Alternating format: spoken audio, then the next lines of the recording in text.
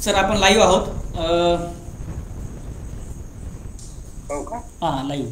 एक minute sir.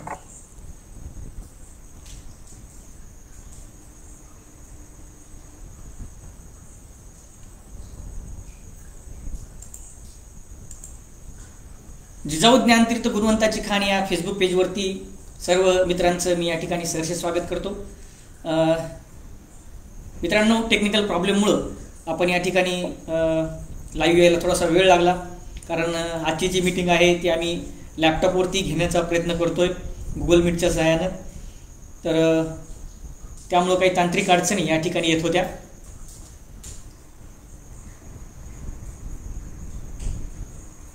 तर मला वाटतं आपण लाईव्ह आहोत.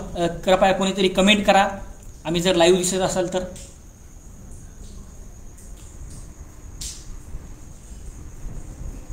हां ओके.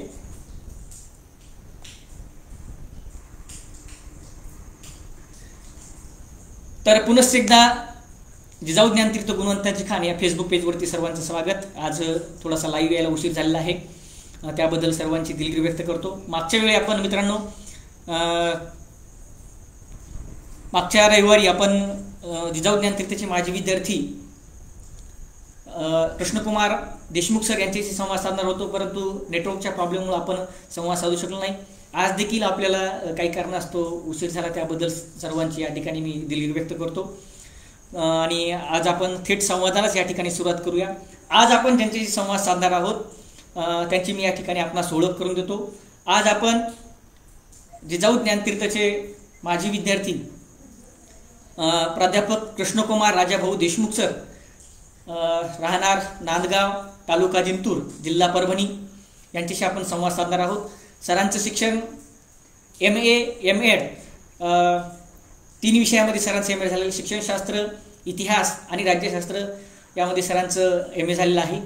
याबरोबरच सर प्राध्यापक म्हणून शासकीय माध्यमिक व उच्च माध्यमिक आश्रमशाळा पेरमिली, तालुका अहेरी, जिल्हा गडचिरोली या ठिकाणी सर प्राध्यापक म्हणून कार्यरत आहेत. मला वाटतं लाईव्ह व्यवस्थित झालेलं आहे आणि बरेच जण लाईव्ह बघत आहात, तर सर्वांचे धन्यवाद. या ठिकाणी सरांचं परिचय मी आपणास करून देतोय.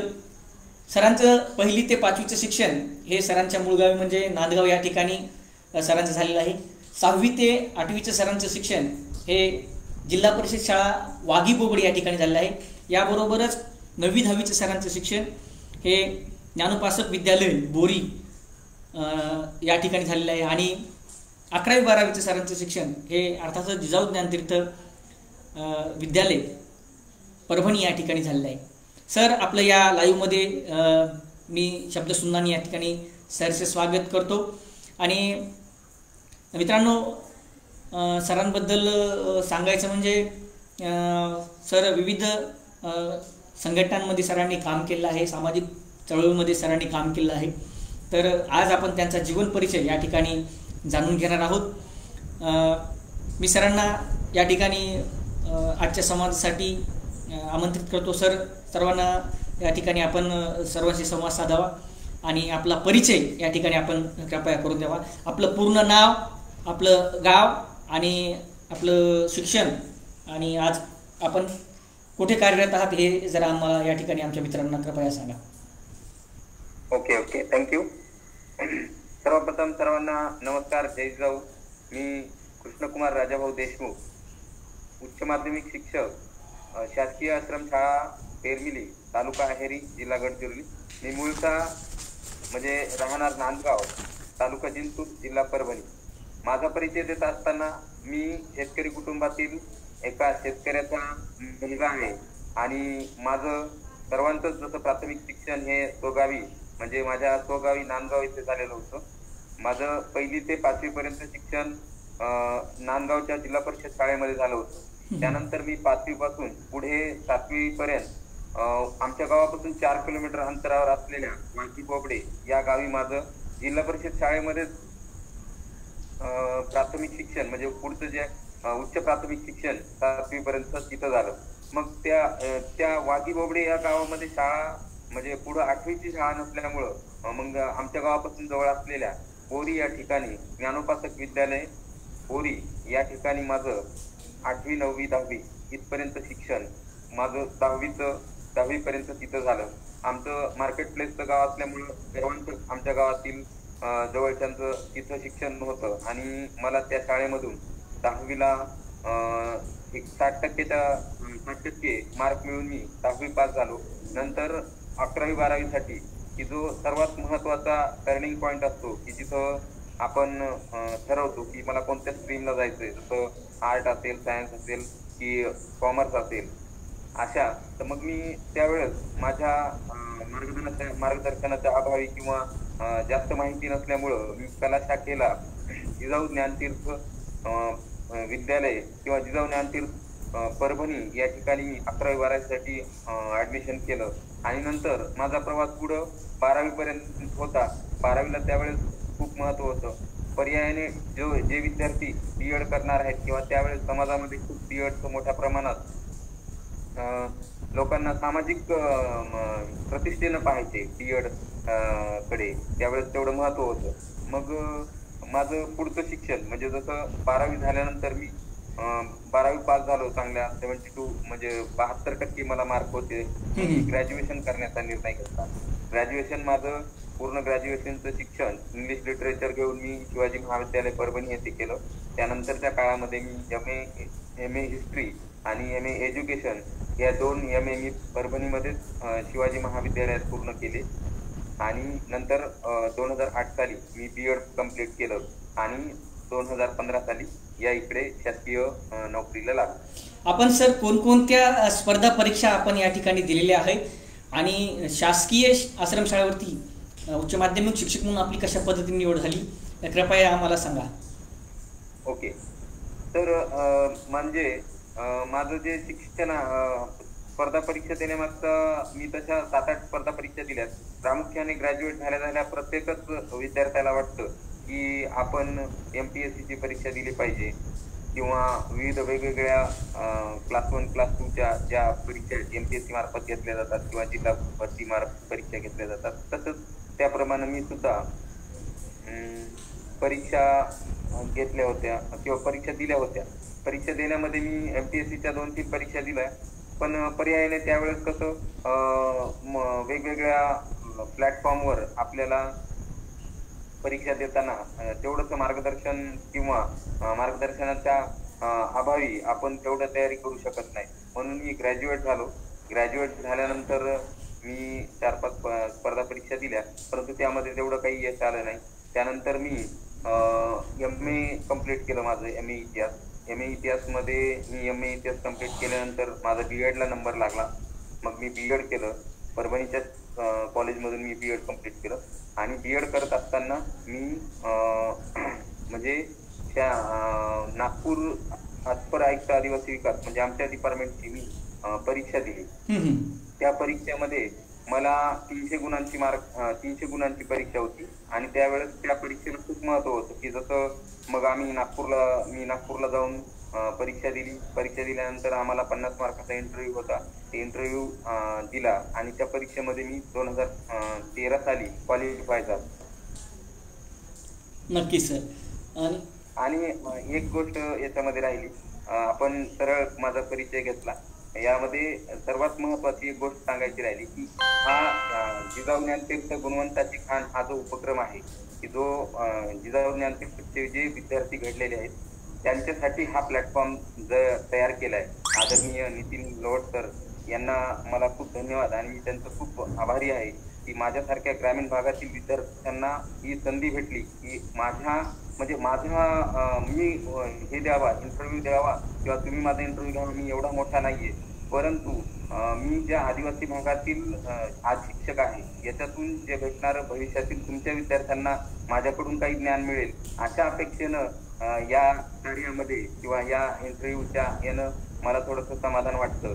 आणि दुसरी गोष्ट तुमचं पण राहिलं, मी मध्यंतरी तुमच्या याच्यावर पाहिलं होतं सामाजिक कार्याबद्दल तुमच्या, तर तुम्हाला सुद्धा लोकसेवा अकादमी मुंबई यांच्यातर्फे राज्यस्तरीय गुणवंत पुरस्कार तुम्हाला मिळाला. त्याबद्दल तुमचे सुद्धा खूप खूप अभिनंदन. मनपूर्वक धन्यवाद सर. हो, तेच ह्या 2 गोष्टी सुरुवातीला राहिल्या, कारण आपण नक्कीच सर, आणि आम्हाला देखील अभिमान आहे की जिजाऊ ज्ञानतीर्थचे आमचे जे विद्यार्थी आहेत सर, हा प्रामुख्याने हा जो उपक्रम आहे की जिजाऊ ज्ञानतीर्थच्या माझे विद्यार्थ्यांशी संवाद, हा उपक्रम घेण्यामागचे काही हेतू आहेत की जिजाऊ ज्ञानतीर्थचे जे विद्यार्थी आहेत आज जे वेगवेगळ्या क्षेत्रामध्ये कार्यरत आहेत, ते आज कशा पद्धतीनं वेगवेगळ्या क्षेत्रामध्ये राहून समाजाची सेवा करत आहेत हे या ठिकाणी कळावं. आणि हे करत असताना येणारे जे विद्यार्थी आहेत किंवा येणाऱ्या पिढीचे जे विद्यार्थी आहेत किंवा आज शिक्षण जे घेणारे विद्यार्थी आहेत, त्यांना या विद्यार्थ्यांसारखं कशा पद्धतीने बनता येईल किंवा या विद्यार्थ्यांनी कोणकोणती क्षेत्र निवडली आणि कशा पद्धतीने त्यांनी ती निवडली, या क्षेत्रामध्ये जाण्यासाठी त्यांना कोणकोणत्या अडचणीचा सामना करावा लागला, कोणकोणत्या स्पर्धा परीक्षा दिल्या, कसा अभ्यास केला आणि या संधी त्यांनी कशा निर्माण केल्या किंवा कशा पद्धतीनं या संधी त्यांनी शोधल्या, या सगळ्या गोष्टींचा येणाऱ्या विद्यार्थ्यांना फायदा व्हावा कसा. कारण मार्गदर्शन हे फार महत्त्वाचं असतं कुठल्याही क्षेत्रामध्ये जात असताना. आज वेगवेगळे हजारो क्षेत्र आहेत शिक्षण क्षेत्रामध्ये आणि या क्षेत्रामध्ये विद्यार्थ्यांना जाण्याचा मार्ग बऱ्याच वेळा सापडत नाही. कारण आपण बघतो 4-5 क्षेत्र जर सोडली, डॉक्टर असेल, इंजिनियर असेल, पोलीस असेल किंवा शिक्षक असेल, अशी काही मोजकी क्षेत्र सोडली तर विद्यार्थ्यांना बऱ्याचशा क्षेत्राबद्दल माहिती नाही आहे. तर ह्या क्षेत्रांबद्दल विद्यार्थ्यांना माहिती व्हावी आणि त्याचं मार्गदर्शन त्यांना मिळावं, या उद्देशानं आम्ही या ठिकाणी हा उपक्रम आयोजित केला आहे. हो, आणि आज सुद्धा 5 वाजता आदरणीय नितीन लोट सरांनी एक आता मी घडलो हा एक उपक्रम नवीन आजपासून माझ्या मते चालू केलाय. तो सुद्धा खूप प्रेरणादायी आणि मार्गदर्शनपर आम्हाला ऊर्जा मिळाली आणि अतिशय चांगला आहे. मी सरांचं त्यावेळेस पूर्ण लाईव्ह ऐकलं, तर त्यामध्ये सरांनी 20 वर्षामध्ये जी आम्ही म्हणजे मी जिजाऊ ज्ञानतीर्थचा पहिल्या बॅचचा पहिला विद्यार्थी आहे की ज्याला सरांनी मला मार्गदर्शनाने घडवलं, तर त्या 20 वर्षाचा प्रवास वर्णन सरांनी त्या 1 तासाच्या लाईव्ह मध्ये सांगितलं. आणि मला ते ऐकून खूप प्रेरणा आणि ऊर्जा मिळाली की सरांनी एवढं चांगलं मोलाचं मार्गदर्शन भेटलं आणि खरंच वाटलं म्हणजे की खरंच एक प्रेरणा वाटली की एवढा म्हणजे सरांचं आज जर पाहिलं तर म्हणजे आत्ताच्या लॉकडाऊनच्या काळामध्ये वगैरे जलसंवर्धनाची कामे असतील किंवा सेंद्रिय शेतीचा प्रयोगशील हे आणि सामाजिक कार्यामध्ये त्यांचं हे, आज त्यांच्याकडे 84 किंवा 86 पेक्षा जास्त मुलं हे शेतकऱ्यांनी आत्महत्या केलेल्या म्हणजे शेतकऱ्यांच्या मुलाला जिजाऊ ज्ञानतीर्थ माहिती क्षेत्रानं शिक्षण देते. ही खरंच म्हणजे अभिमानास्पद आम्हाला हे आहे, बाब आहे किंवा आम्हाला खूप प्रेरणा मिळते याच्यातून की सरांनी एवढं मोठं सामाजिक कार्याचा हा जो दुरा आहे त्यांनी आज सांगितलं, तेव्हा मला बऱ्याच वेळ म्हणजे असं खूप भरून आलं की सरांचं एवढं मोठं कार्य आहे. आणि सर म्हणत होते की मी लाईव्ह येणं हे माझा मोठेपणा नाही, परंतु मला आज इथं सांगा वाटेल तर तुमच्यासारख्यांनी येऊन लाईव्ह सांगितलं तर आमच्यासारखे कधीतरी पाहतात तेव्हा आम्हाला पण वाटतं की ही प्रेरणा ही ऊर्जा आमच्यात पण यावी, जेणेकरून तुम्ही आज जे करता ते तुम्हाला जरी नसेल वाटत पण येणाऱ्या काळासाठी समाजासाठी हे खूप मोलाचं आणि महत्वाचं मार्गदर्शन आहे. नक्कीच सर, ज्या पद्धतीने तुम्ही सांगितलं की सरांनी लाईव्ह येणं ही आमच्यासाठी अभिमानाची बाब आहे, त्याच पद्धतीने तुम्ही लाईव्ह येणं हे देखील जिजाऊ ज्ञानतीर्थ परिवारासाठी अत्यंत अभिमानाची बाब आहे. आणि हाच आमचा प्रयत्न राहील की जिजाऊ ज्ञानतीर्थचे विद्यार्थी जे आहेत आज जे वेगवेगळ्या क्षेत्रामध्ये कार्यरत आहेत त्यांना या पद्धतीनं समाजाच्या पुढे आणणं आणि त्यांचं कार्य समाजाला दाखवणं. धन्यवाद सर. सर मला सांगा की आपण आज शासकीय आश्रमशाळा पिरमिली या ठिकाणी उच्च माध्यमिक शिक्षक म्हणून कार्यरत आहात. कुठले कुठले उपक्रम आपण आश्रमशाळेमध्ये या ठिकाणी राबवता अध्यापनामध्ये, याबद्दल आम्हाला थोडीशी माहिती द्या. हो बघा, प्रश्न तुमचा असा आहे की आदिवासी विद्यार्थ्यांना अध्यापन करताना काय काय अडचणी येतात असंच ना? नाही सर, कोणकोणते उपक्रम राबवता आपण? अच्छा, उपक्रम कोणकोणते राबवतो? तर मुळात आमचे विद्यार्थी जे आहेत हे आदिवासी विद्यार्थी, यांना म्हणजे सुरुवातीलाच मला तुम्हाला सांगावं वाटेल की ह्या विद्यार्थ्यांना म्हणजे जेवढं मन लावून किंवा मेहनत घेऊन यांना शिकवावं लागतं तसं आपल्या विद्यार्थ्यांना नाही. मुळात यांच्या इकडच्या समस्या आपल्या भागातल्या समस्या यामध्ये खूप फरक आहे, शिक्षणामध्ये सुद्धा खूप फरक आहे. म्हणजे इकडं उपक्रम राबविताना किंवा सगळ्या गोष्टीची हे घेताना त्याचं आपण जर पाहिलं तर आम्ही इकडं उपक्रम राबवतो पण छोट्या छोट्या सोप्या गोष्टीतून राबवतो. म्हणजे मुलांना आता जसं समजा मी 11वी 12वीला शिकवतो मुलांना शिकवत असताना विविध उपयोगी जीवन उपयोगी शिक्षण किंवा त्यांना काय फरक काय आहे की जसं त्यांना काही मुलं असे असतात की जे पहिलेपासून आश्रमशाळेमध्ये शिकतात, वेगवेगळ्या आश्रमशाळेमध्ये शिकतात. त्यांचा बेसिक प्लॅटफॉर्म जो असतो तो खूप कच्चा असतो. मग जेव्हा विद्यार्थी येतात त्यांना काही जणांना वाचता येत नाही. 11वी-12वीचे विद्यार्थी लिखाण अक्षर नसतं, इंग्लिशचा तर दूरपर्यंत संबंध नसतो आणि इतर सगळेच विषय असे असतात की त्यांना उच म्हणलं, वाच म्हणलं आणि इव्हन आदिवासी विद्यार्थी काही काही असे आहेत की जे बोलायला पण घाबरतात. मग त्यांच्या वेळेस तसं आम्हाला काय करावं लागतं की त्यांच्या लेवलला जाऊन शिकवावं लागतं. म्हणजे 11वी-12वी पासून आम्ही गेलो तर मग वाचन लेखन उपक्रम घेतो. त्याच्यामध्ये मी माझ्या वर्गामध्ये 5 उपक्रम घेतो की विद्यार्थी 11वीला आला त्याला काय करायचं, त्याचे 5 उपक्रमामध्ये त्याला रोजचे 10 शब्द, रोजचे जनरल नॉलेजचे 10 प्रश्न, 1 पान मराठी शुद्धलेखन, 1 पान इंग्लिश शुद्धलेखन आणि रोजचं अर्धा तास मराठी वाचन, अर्धा तास इंग्लिश वाचन. याप्रमाणे ग्रुप लीडर तयार करायचे. म्हणजे 5 जणांचा एक ग्रुप लीडर राहील. तो त्याचं हँडरायटिंग चेक करेल, त्याच्यानंतर रीडिंग स्किल चेक करेल, त्याच्यानंतर आणि त्याचं सर्व रिपोर्टिंग मला शनिवारी सांगेल.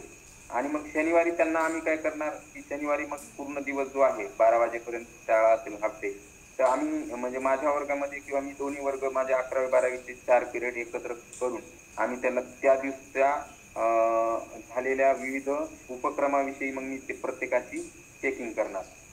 हा एक उपक्रम आहे. त्याच्यानंतर दुसरं गोष्ट कसं की वेगवेगळ्या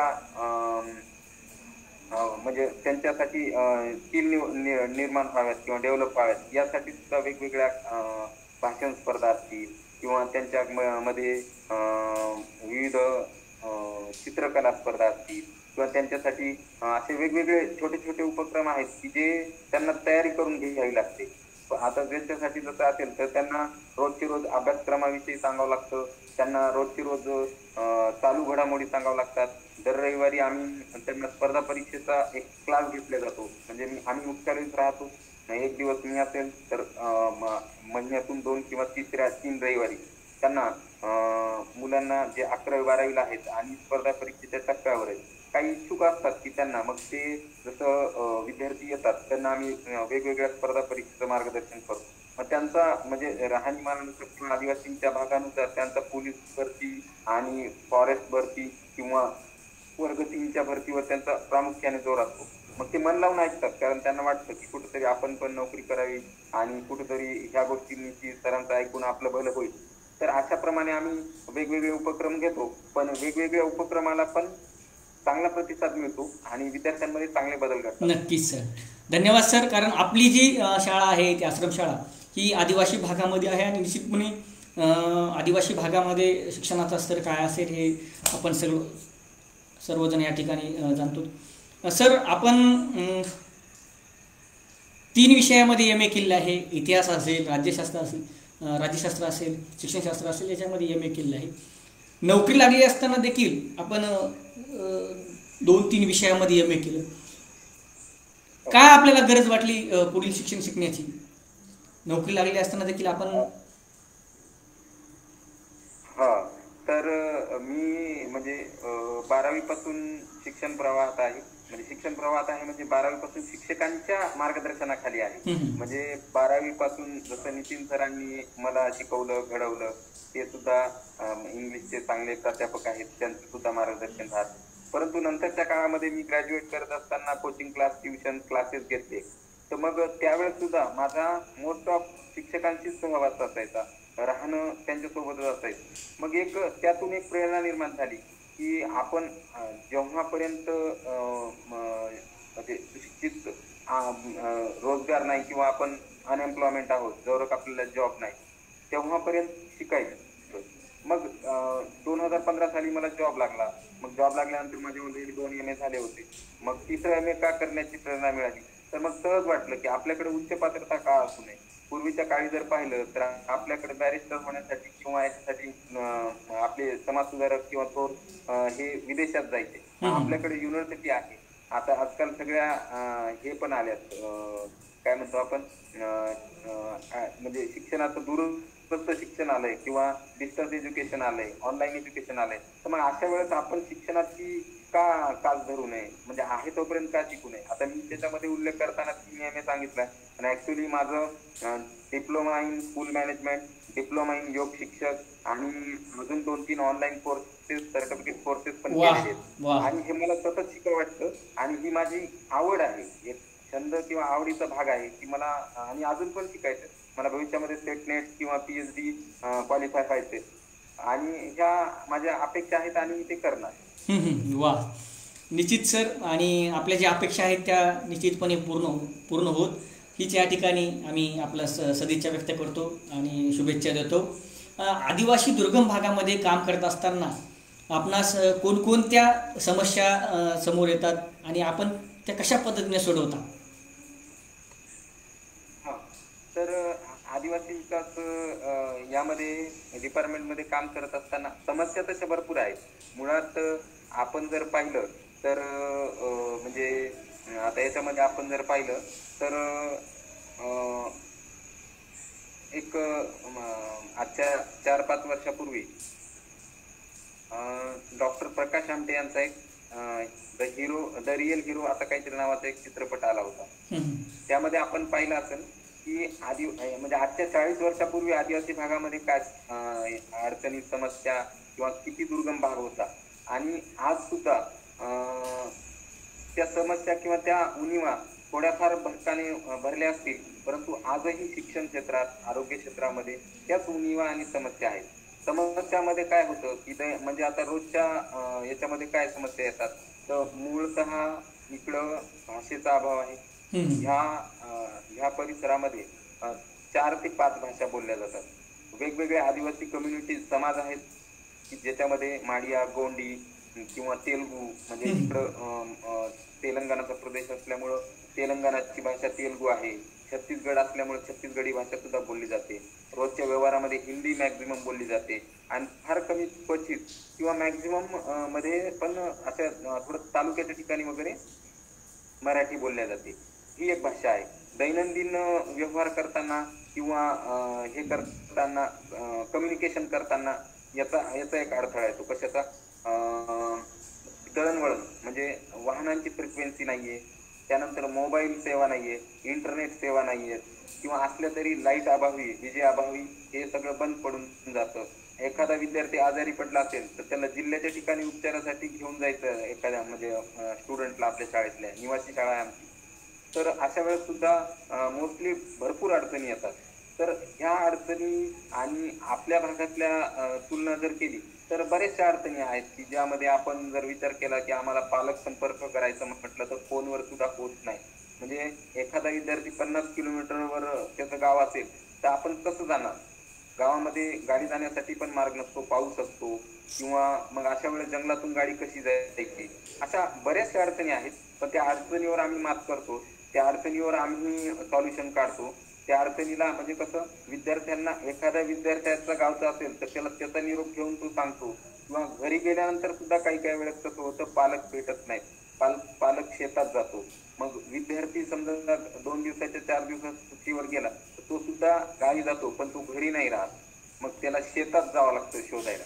अशा बऱ्याचशा अडचणी आहेत आणि ह्या अडचणी आता म्हणजे आपण त्याच्यावर उपाययोजना करून किंवा त्यांचा संपर्क कमी करण्यासाठी त्यांचे आम्ही लिस्ट केलेले आहेत, गावाचे सेक्शन केलेले आहेत आणि त्या गावानुसार, क्लस्टरनुसार त्या गावचा समजा प्रमुख असेल तर त्याच्याकडे निरोप दिला तर तो लगेच दुसऱ्या दिवशी विद्यार्थी शाळेमध्ये येतो किंवा आम्ही त्याला अप्रोच होतो. अशा प्रकारे आहेच समस्या, पण त्याच्यावर आम्ही प्रभावी उपाय पण केलेले आहेत. नक्कीच सर. आणि तुमच्या ज्या समस्या ऐकल्या तर असं वाटलं की आपण खूप चांगल्या परिसरामध्ये किंवा आपण खूप चांगल्या भागामध्ये काम करतोय. दळणवळणाची समस्या असेल, सगळ्यात महत्त्वाची रस्त्यांची समस्या, आणि त्यातल्या त्यात सर सगळ्यात महत्त्वाची समस्या आहे ती भाषेची समस्या आहे. म्हणजे आपण मगाशी सांगितलं की 4-5 भाषा इथं त्या ठिकाणी बोलल्या जातात. ही जी भाषेची समस्या आहे, ही भाषेची समस्या निर्माण झाल्यानंतर आपण ती कशा पद्धतीने सोडवता? तर भाषेची समस्या सोडवताना मला अगोदर हे व्हायचं, म्हणजे कसं, मी जेव्हा नवीन जॉईन झालो होतो तेव्हा भाषा काही समजायची नाही, म्हणजे चालण्या बोलण्यापुरती पण समजायची नाही. मग त्यावेळेस मी विद्यार्थ्यांचा किंवा आमच्या जे स्टाफमधले जे शिक्षक असायचे की प्रायमरीचा जो विद्यार्थी असेल तो मोस्टली माडिया, गोंडी किंवा त्यांची स्थानिक भाषाच बोलतो, परंतु 11वी-12वीचे आमच्या वर्गातील विद्यार्थी हे बऱ्यापैकी मराठी पण तोडकी मोडकी बोलतात. मग अशा वेळेस कसं व्हायचं, एखादा प्राथमिक शाळेचा विद्यार्थी आला आणि तर मला बाहेर जायचंय किंवा गावाला जायचंय, मग अशा वेळेस 12वीच्या विद्यार्थ्याला बोलवायचं, हा काय म्हणतो, मग तसं की याला असा असा प्रॉब्लेम आहे, अच्छा तुझं काय दुखत आहे किंवा तू काय आजारी आहेस, असं विद्यार्थ्यांना इतर विद्यार्थ्यांचा आधार घ्यावा लागायचा किंवा स्टाफ मधल्या शिक्षकांचा किंवा क्लास 4 जे आमचे क्लास 4 आहेत त्यांचा हे घ्यावं लागायचं की हे काय म्हणतोय. पण आता आता असं झालंय की विद्यार्थी जेव्हा आमच्याकडे येतो तेव्हा तो म्हणू लागला की समजा मावा नाटे, मला म्हणजे माझ्या गावाकडे जायचंय किंवा असं, तर ह्या गोष्टी आता येतात. आणि आता आमच्या प्रकल्प अधिकाऱ्यांनी एक मागच्या 15-20 दिवसाखाली लॉकडाऊन मध्ये त्यांच्या संकल्पनेतून त्यांनी आम्हाला भाषा प्रशिक्षण वर्गच घेतला होता. कारण शाळेमध्ये कामं नव्हती, म्हणजे शाळामध्येच थांबायचं. तर मग आमच्याच शाळेतील काही शिक्षकांनी आम्हाला थोडंसं भाषेचं प्रशिक्षण दिलं की जे चालता बोलता आपल्याला बोलता येईल किंवा त्यांना कॉन्टॅक्ट करता येतील अशा वेळेस. किंवा मग आम्हाला आता जसं एखाद्या पालकाच्या गावी विद्यार्थ्यांच्या गावी जायचं असेल तर त्यावेळेस आम्ही काय करायचं, मग स्थानिक भाषेचा बोलणारा जर असेल तर त्याला गाडीवर बसवायचं आणि घेऊन जायचं. मग आमचं कम्युनिकेशन वेल व्हायचं आणि मग कम्युनिकेशन झाल्यानंतर त्याच्यातून सॉल्युशन व्हायचं. नाहीतर ते काय बोलतायत आपण काय बोलतोय हे कळायचं नाही. आणि गावामध्ये जरी करता गेलं तरी गावामध्ये लहान मुलं आणि कोणी जर असतील तर त्यांना आम्ही काय बोलतोय हे समजत नाही आणि ते काय बोलतायत ते आम्हाला समजत नाही. पण आता मागच्या 2-3 वर्षापासून बऱ्यापैकी कम्युनिकेशन होत आहे. त्यामुळे विद्यार्थ्यांशी चांगला संपर्क होतो, त्यांच्या समस्या कळतात आणि त्याच्यावर उपाययोजना बी आम्ही करतो. वा सर, आणि ही सगळ्यात महत्त्वाची समस्या आहे. कारण भाषेशिवाय माणूस एकमेकांशी संवाद साधू शकत नाही. कारण भाषा ही संवादाचं खऱ्या अर्थानं माध्यम आहे. आणि तुम्ही अत्यंत सक्षमपणे ही समस्या सोडवता. आणि आता तुम्ही सांगितल्या पद्धतीनं आता त्याची सवय देखील झाली. कारण आपण ज्या भागामध्ये बराच कालावधी जेव्हा राहतो तेव्हा थोडीफार तरी आपल्याला त्या भागातली ओळख किंवा ती भाषा आपल्याला कळायला लागते. सर, तुम्ही ज्या पद्धतीने मग सांगितलं की हा दुर्गम भाग आहे, दुर्गम भागामध्ये विद्यार्थ्यांना शिकवणं फार अवघड आहे. त्याच्याही पलीकडे जाऊन मी तुम्हाला विचारतो की आपण बघतो की विद्यार्थ्याच्या व्यक्तिमत्व विकासामध्ये पालकांची भूमिका ही फार महत्त्वाची असते. आणि आपण तिथले बघितलं तर बहुतांश पालक हे अशिक्षित आहेत. तर ही समस्या तुम्ही कशा पद्धतीने सोडवता? कारण पालकांना तर त्यांना या व्यक्तिमत्व विकासामध्ये किंवा त्यांची भूमिका ही महत्त्वाची असते. तर एकंदरीत तुम्ही ही समस्या कशा पद्धतीने सोडवता? बरोबर आहे. तर याच्यामध्ये आम्ही काय करतो, म्हणजे शिक्षण प्रक्रियेनुसार एक सांगितलेलं आहे की पालक, विद्यार्थी आणि शिक्षक यांचा एक ट्रायंगल असतो. याच्याशिवाय काय होत नाही, शिक्षण प्रक्रिया पूर्ण होत नाही. तुम्ही प्रश्न जर मागितला की म्हणजे विद्यार्थ्यांच्या व्यक्तिमत्वामध्ये पालकांची काय भूमिका आहे किंवा त्यांना तुम्ही कशा प्रकारे कन्व्हिन्स करता, तर हे आमचे आजपर्यंत भरपूर अनुभव आहेत. मुळात होतं कसं की आदिवासींच्या जीवनामध्ये शिक्षणरूपी अज्ञान आहे आणि त्यांची शिक्षणाविषयी फार निरागसपणा आहे किंवा त्यांना त्याचं महत्त्व नाही आहे की जे आपल्या भागात आहे. आणि आपण मूळ प्रवाहात आहोत, हे दुर्गम भाग आहे आणि हे हजारो वर्षापासून जंगलात राहिलेले आहेत. त्यांच्या पुढे आदर्श नाही की आपण कशा प्रकारे डेव्हलप होऊन शिक्षण घेऊन किंवा पुढे जाऊ शकतो. मग ते महात्मा फुलेंचं एक वाक्य आहे की नाही का, नीती विना मती गेली, मती विना गती गेली, गती विना तर हे शूद्र खचले. त्या अशा प्रकारचं त्या वाक्यामध्ये त्यांनी सांगितले की शिक्षण आणि विद्या ही गोष्ट जी आहे तर ह्या गोष्टीमुळेच सगळा अनर्थ घडलाय. तर मग मुळात हेच यांच्या समोर आदर्श नाहीये की डॉक्टर बाबासाहेब आंबेडकरांनी सांगितल्याप्रमाणे शिका, संघटित व्हा आणि संघर्ष करा. कारण हे सूत्र सुद्धा यांना अजून माहिती नाही किंवा पोहोचलेलं नसेल. काही भागात आहेत की जे विद्यार्थी किंवा जे पालक आहेत ते सुज्ञ आहेत, परंतु या भागामध्ये प्रामुख्याने म्हणजे की शिक्षणाविषयी थोडीशी अनावस्था आहे. पण आपण शाळेमध्ये आल्यानंतर पालकांचा पालक मेळावा घेतो महिन्यातून एकदा, किंवा पालकांना कसा कॉन्टॅक्ट होईल की एखादा विद्यार्थी समजा घरी जातो सुट्टी मागून, सणानिमित्त जातो, 15-15 दिवस, पूर्वी तर 15-15 दिवस महिना यायचेच नाही. मग आम्ही त्यांना कॉन्टॅक्ट करायचा एखाद्याच्या हस्ते निरोप पाठवून किंवा त्याला भेटून. मग अशा वेळेस आम्ही पालकाला कन्व्हिन्स करायचं. मग एक भाषिक घ्यायचं सोबत त्याला सांगायचं की शिक्षण का बरं तू हे करतोस, 12वी झाला तुला काही योजनामध्ये लाभ होईल, तुला काही जॉब भेटेल किंवा नोकरी भेटेल, आणि तुमचा 12वीचा मुलगा आहे, 11वीचा मुलगा आहे, 10वीचा मुलगा आहे, त्याला हे शिक्षण महत्वाचं आहे. किंवा काही काही वेळेस तर पालक 10वीची मुलगी आहे, छोट्या बाळाला सांभाळण्यासाठी घरी ठेवायचं आणि परीक्षेला आणून देतो. अशा प्रकारच्या बऱ्याच समस्या होत्या त्यावेळेस. परंतु आता आता आम्ही त्याच्यावर म्हणजे जसं मागच्या ह्या 4-5 वर्षामध्ये प्रभावीपणे पालक संपर्क करून पालकांना कन्व्हिन्स करून त्यांच्या व्यक्तिमत्वामध्ये वाढ करण्यासाठी शिक्षण हेच महत्वाचं आहे आणि शिक्षणाशिवाय गत्यंतर नाही, अशा प्रकारच्या त्यांना हे करून त्यांना कन्व्हिन्स करून किंवा त्यांना ह्या गोष्टी सांगून आम्ही कार्य करतो. नक्कीच सर. सर, आपण आदिवासी भागामध्ये कार्य करता. तुम्ही मगाशी सांगितल्या पद्धतीनं वेगवेगळ्या भाषा त्या ठिकाणी बोलल्या जातात.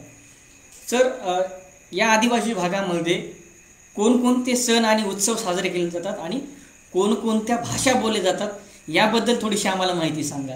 कारण ती एक कुतूहलाची बाब आहे की आपल्या इकडचे सण आपल्याला सगळ्यांना माहिती आहेत, पण आदिवासी भागामध्ये कोणकोणत्या पद्धतीचे सण साजरे केले जातात आणि तिथल्या भाषा कोणत्या आहेत हे आम्हाला ऐकणं उत्सुकतेच आहे. बरं, बघा, आदिवासी ह्या भागामध्ये प्रामुख्याने पोळा सण हा मोठा आहे. कारण पोळा हा म्हणजे जनावर म्हणजे आपण बैलांसाठी वापरतो आणि यांचं निसर्गाशी नातं असल्यामुळे जनावराशी थेट संबंध असतो किंवा हे पशुपालक आहे, पशुपालन करणारे आहेत, आपण पण आहोत. परंतु यांचा प्रामुख्याने हा सण मोठा वाटतो यांना. म्हणजे पावसाळ्यामध्ये हा सण आणि उन्हाळ्यामध्ये जर पकडलं तर होळीचा सण.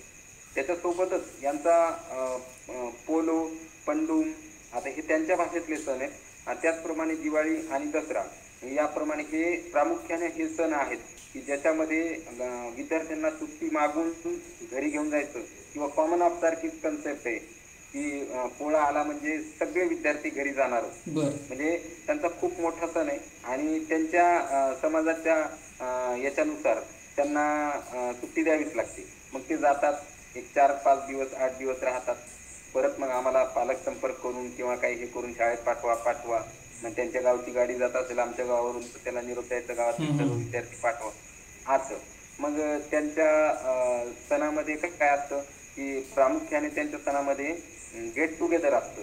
म्हणजे त्यांचा सण जो असतो आपल्या इकडल्यासारखं नाही की आपण आपल्या घरी करतो किंवा प्रत्येक जण घरी करतो तसं नाही. त्यांचा कॉमन असतो. म्हणजे गेट टुगेदर होणं, जेवण पण एकत्र बनवणं आणि हे करणं काय की नृत्य करणं, सांस्कृतिक कार्यक्रम करणं त्यांचे ही कन्सेप्ट त्यांच्यात अजूनही आहे आणि ते जपतात.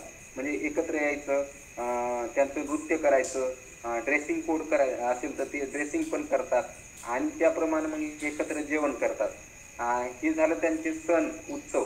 आणि राहिली त्यांची भाषा, तर आता भाषेचं जर पाहिलं तर हा भौगोलिकदृष्ट्या असा प्रदेश आहे की इथं 2 राज्य आणि समूहातील जर आपण हे पाहिलं कम्युनिटी तर 3-4 प्रकारच्या कम्युनिटी आहेत. त्यामुळं प्रामुख्याने हा गोंड परिसरातील गोंडी भाषेचा प्रदेश आहे. इथं गोंड राज्य होते अगोदर.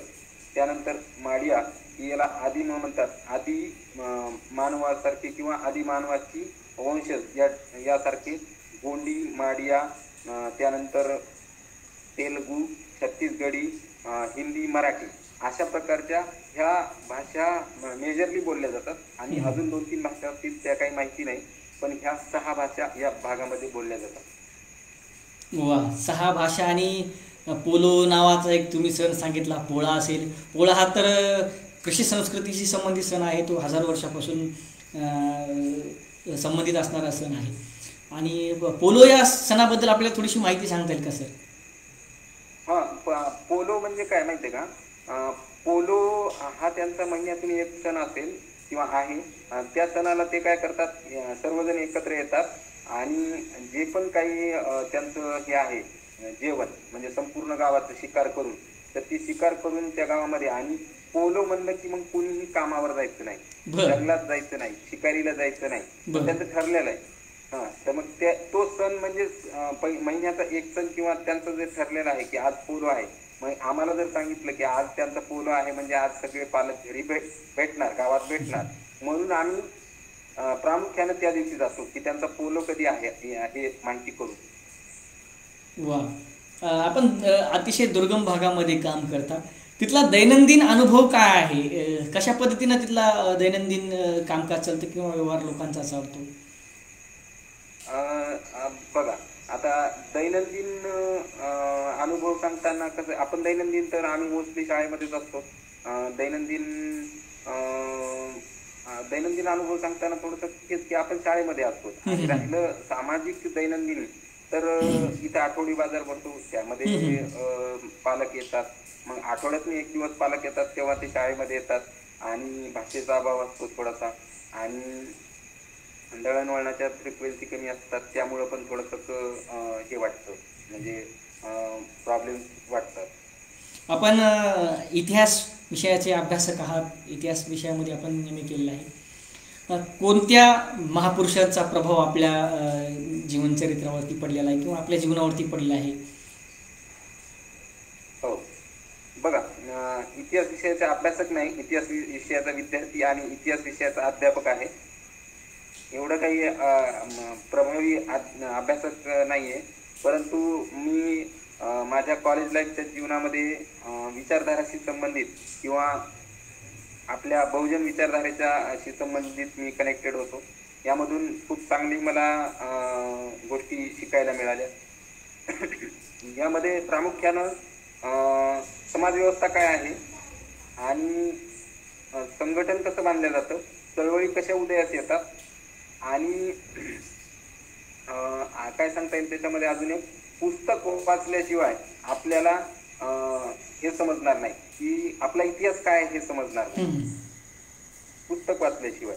म्हणून ते एक समजलं की पुस्तक चळवळीनं शिकवलं की पुस्तक वाचायला शिकवलं.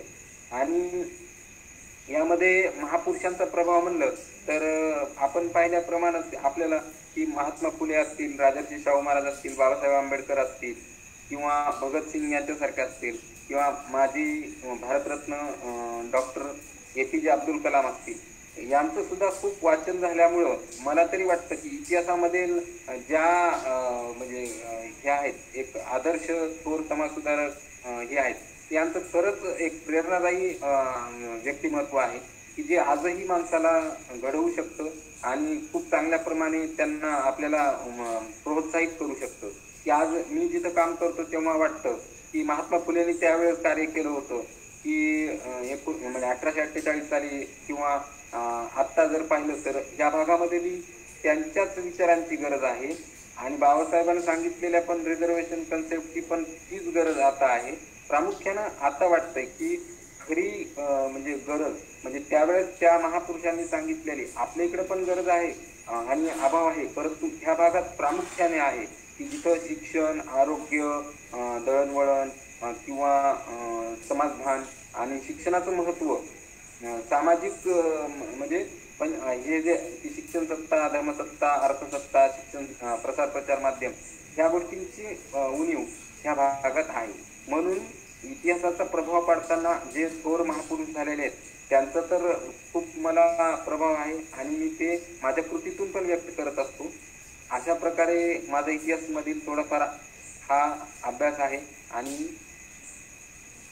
नक्कीच सर, आणि खऱ्या अर्थानं याच महापुरुषांनी जीवन कसं जगायचं हे आपल्याला या ठिकाणी शिकवले.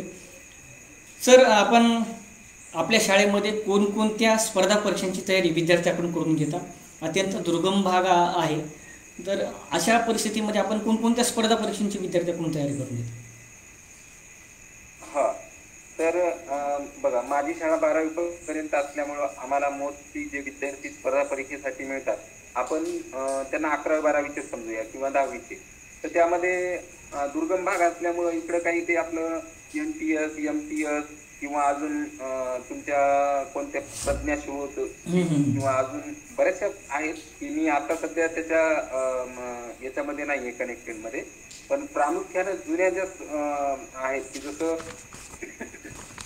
शिष्यवृत्ती परीक्षा आहे, स्कॉलरशिप, नवोदय परीक्षा आहे आणि त्याच्यानंतर आमच्या डिपार्टमेंट मार्फत एक परीक्षा घेतली जाते 5वीची, की 6वीला प्रवेशासाठी एकलव्य एकलव्य ही मॉडेल स्कूल नवीन कन्सेप्ट आलाय, नामांकित शाळा आहे, त्याच्यासाठी एक स्पर्धा परीक्षा घेतली जाते. आणि प्रामुख्यानं मी 12वीसाठी किंवा 11वीसाठी दर रविवारी किंवा दर शनिवारी आम्ही स्पर्धा परीक्षेचं थोडक्यात महत्त्व, त्याचा परिचय आणि त्यासाठी आवश्यक पुस्तकं, अभ्यासक्रम याविषयी त्यांना उत्सुकता किंवा त्यांना एक प्रेरणा निर्माण व्हावी, की जसं आपण 12वी पास झाल्यानंतर आदिवासी भागातून पेसा कायद्याअंतर्गत, म्हणजे पेसा हे स्पेशल रिझर्वेशन आहे आदिवासी भागातील विद्यार्थ्यांसाठी, की ज्या पेसामध्ये जर ज्या गाव असेल तर त्याच गावचे विद्यार्थी त्याच जिल्ह्यामध्ये लागणार. तर हे महत्त्व पटवून देऊन आम्ही त्यांना काय करतो, दर रविवारी किंवा शनिवारी त्यांचा स्पर्धा परीक्षेचा एक वर्ग घेतो आणि त्यांना मग ते आपल्या 200 मार्काची परीक्षा असते, जिल्हा निवड समितीचे विषय जसं अंकगणित, बुद्धिमत्ता, भाषा, मराठी भाषा, व्याकरण आणि इंग्लिशचं थोडंफार व्याकरण याविषयी त्यांना, आणि सामान्य ज्ञान 50 मार्काचं, तर याविषयी आम्ही त्यांची तयारी करून घेतो. आणि त्यांना त्या महत्त्वानं आजपर्यंत म्हणजे शाळेचे तर तसे मी आल्यापासून 4-5 विद्यार्थी लागले, परंतु माझ्या म्हणजे सांगण्यानं किंवा माझ्या याच्या खाली सुद्धा 2-3 विद्यार्थी फॉरेस्ट गार्ड म्हणून लागलेले. वा सर, खूपच आनंददायी बातमी आहे ही. सर, आपण विद्यार्थ्याच्या व्यक्तिमत्व विकासासाठी शालेय अध्यापनाव्यतिरिक्त कोणकोणते उपक्रम राबवता? शालेय अभ्यासक्रमाव्यतिरिक्त हां.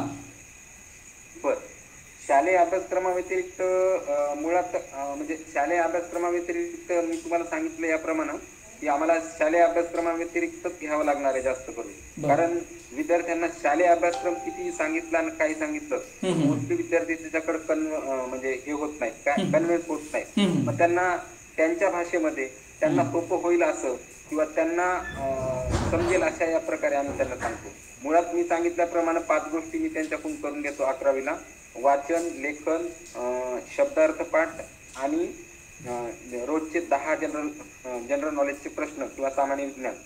हे रोजचा एक भाग त्यांच्याकडून करून घेतो मी आणि त्यांना ग्रुप लीडर नेमून त्यांच्याकडून ते करून घ्यायचं. त्यानंतर सर्वात महत्त्वाची एक गोष्ट आहे, आदिवासी भाग आणि ग्रामीण भाग असल्यामुळे व्यसनाधीनतेचं प्रमाण खूप असतो, त्याविषयी जनजागृती करताना आम्ही अभ्यासाव्यतिरिक्त तो एक भाग करतो. त्याच्यानंतर व्यसनावर आधारित काही चित्रकला त्यांना काढता येतील का, हा पण एक भाग आहे की जो आम्ही रविवारी किंवा शनिवारी कधीतरी विद्यार्थ्याकडून महिन्यातून 1-2दा ते काढून घेतो, की व्यसनांमुळे होणारे परिणाम किंवा इकडे खूप मोठ्या प्रमाणामध्ये खर्रा खाणे, गुटखा खाणे किंवा हे अशा प्रकारचे व्यसन आहेत. मग त्याच्यासाठी प्रवृत्त होण्यासाठी जीवन कौशल्य नावाचं एक अभियान आहे की जो दर शनिवारी आम्ही घेतो. त्याच्यामार्फत विद्यार्थ्यांना, विद्यार्थिनींना जीवन कौशल्याचं महत्त्व आणि जीवन उपयोगी शिक्षण हे त्यांना सांगतो.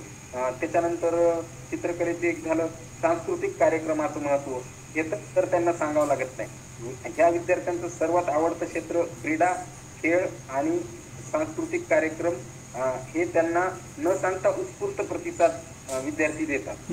त्यामध्ये प्रामुख्याने खेळामध्ये इतकी म्हणजे त्यांचं कला कौशल्य सर्वस्व अर्पण करून खेळतात की असं पहा, त्यांचं जर मॅच चालू असेल, त्यांचं जर एखादं हे चालू असेल तर माणूस बाजूला सुद्धा बघत नाही, इतकं चपळतेनं अतिशय उत्कृष्ट खेळतात, मन लावून जीव तोडून खेळतात. यांच्यासारखी म्हणजे स्किल खेळण्यामधली किंवा क्रीडा क्षेत्रातील तो मला पण थोडीशी आवड आहे, तर मी पण त्यांना थोडाफार प्रमाणात का होईना पण मी त्यांना सांगत असतो. पण त्यामध्ये प्रामुख्याने अभ्यासाव्यतिरिक्त जर तुम्ही म्हणाल तर क्रीडा क्षेत्रात त्यांचं खूप मोठं योगदान ते स्वतःहून देतात आणि स्वतःला झोपून मेहनत करतात, ग्राउंडवर दिवसभर राहतात. त्याच्यानंतर सांस्कृतिक कार्यक्रमात त्यांचा खूप मोठा सहभाग असतो. वेगवेगळ्या चित्रकला स्पर्धा असतील, त्यातली त्यात मग जर त्यांना जर सांगितलं आपण की रोज सायंकाळी 5 ते 6 किंवा 5 ते 7 पर्यंत तुम्ही पोलीस भरतीची तयारी करा किंवा फॉरेस्ट गार्डची तयारी करा, तर ते मेहनत करण्यासाठी अग्रेसर असतात आणि ते पण करतो. त्यांना ते पुलअप्स करण्यासाठी किंवा गोळा फेकण्यासाठी साहित्य वगैरे आणून दिलं, हे पण अभ्यासाव्यतिरिक्त आहे. आणि विशेष करून अभ्यासाव्यतिरिक्त आम्ही त्यांना जागतिक आदिवासी दिन 26 जानेवारीच्या आपल्या कल्चरल ऍक्टिव्हिटीज जेव्हा असतात तेव्हा त्यांना प्रामुख्याने त्याचे रिहर्सल वगैरे किंवा त्याच्या ह्या ज्या गोष्टी असतील तर त्या आम्ही त्यांना खूप अभ्यासाव्यतिरिक्त देण्याचा प्रयत्न करतो, पण त्यांची पण क्रीडा क्षेत्र आणि सांस्कृतिक कार्यक्रमात भरपूर प्रतिसाद मिळतो. नक्कीच अभ्यासाला व्यतिरिक्त मुलांना त्या भागामधल्या खेळायला आणि बाहेर मैदानावरती जास्त ॲक्टिव्हिटी करायला आवडतात. सर सध्या आता कोरोनाचा कालावधी आहे, त्या व्यतिरिक्त आम्ही त्यांना म्हणजे अभ्यासाव्यतिरिक्त काय आवडतं तर अभ्यासाव्यतिरिक्त विद्यार्थ्यांना आवडतं आमच्या मोस्टली प्रोजेक्टर, लॅपटॉप, कम्प्युटर आणि मोबाईल. हे का तर मोस्टली विद्यार्थ्यांच्या घरी TV नाही, म्हणून ह्या टेक्नॉलॉजीसाठी किंवा TV, कम्प्युटर, लॅपटॉप किंवा प्रोजेक्टर याच्या माध्यमातून ते कुतूहलतेनं पाहतात. जसं त्यांना म्हणजे शाळेच्या हॉलमध्ये जी TV आहे तर ते तर शनिवार रविवार पाहतीलच, परंतु आपण जसं एखादं डिस्कवरी दाखवलं, यूट्यूबचं एखादं शॉर्ट फिल्म दाखवली किंवा त्यांना आकाशगंगा किंवा आपण काय म्हणतो त्याला अंतराळ हे की त्यांना हे माहीतच नाही कन्सेप्ट ह्या गोष्टी, तर प्रामुख्याने मी हे दाखवतो. त्याच्यानंतर कसं आहे ठरल्याप्रमाणे त्यांना प्रभावी चित्रपट कोणता वाटला असेल तर भाग मिल्खा भाग, कारण त्यांच्या जीवनाशी तो रिलेटेड आहे. हा, तर मग मी ते डाउनलोड केला, त्यांच्यासाठी डाउनलोड करून त्यांना दाखवण्याची किंवा याची व्यवस्था केली. त्यांना खूप आवडला आणि त्याच्याप्रमाणे त्यांनी खूप मेहनत घेऊन कार्य सुरू केलं. त्यानंतर आहे इंग्लिश सारखा चित्रपट आहे की जे मुलींना खूप प्रभावी वाटला. त्यानंतर आत्ता आलेला सुपर 30 हा सुद्धा शिक्षण विषय खूप चांगला चित्रपट आहे. त्यानंतर तारे जमीन पर जे प्राथमिक लेवलची मुलं आहेत आणि मुळात तारे जमीन पर हा जो कन्सेप्ट आहे त्याची मिडल थीम त्या चित्रपटाची, तर ती सुद्धा ह्या आदिवासी विद्यार्थ्यांना लागू करते, कारण त्यांना अभ्यासामध्ये घेऊन जाण्यापेक्षा त्यांच्यामधील काय उपजत गुण आहेत हे आपण ओळखते आणि त्यांना तसं घडवणे हेच सगळ्यात मोठं आम्हाला आव्हान आहे आणि चॅलेंजिंग आहे आमच्यासाठी की त्यांना काय पाहिजे असतं ना आपण काय देतो. नक्कीच आपण शिकवण्यापेक्षा त्यांच्याकडून काय करून घेऊ शकतो ही स्किल मला प्रामुख्याने ह्या 5 वर्षात वाटली की जे मुलं वर्गात बसल्यानंतर सरला प्रश्न विचारायला घाबरतात, स्वतःहून बोला म्हणलं तर बोलत नाही, सांगायला गेले तर मराठी व्यवस्थित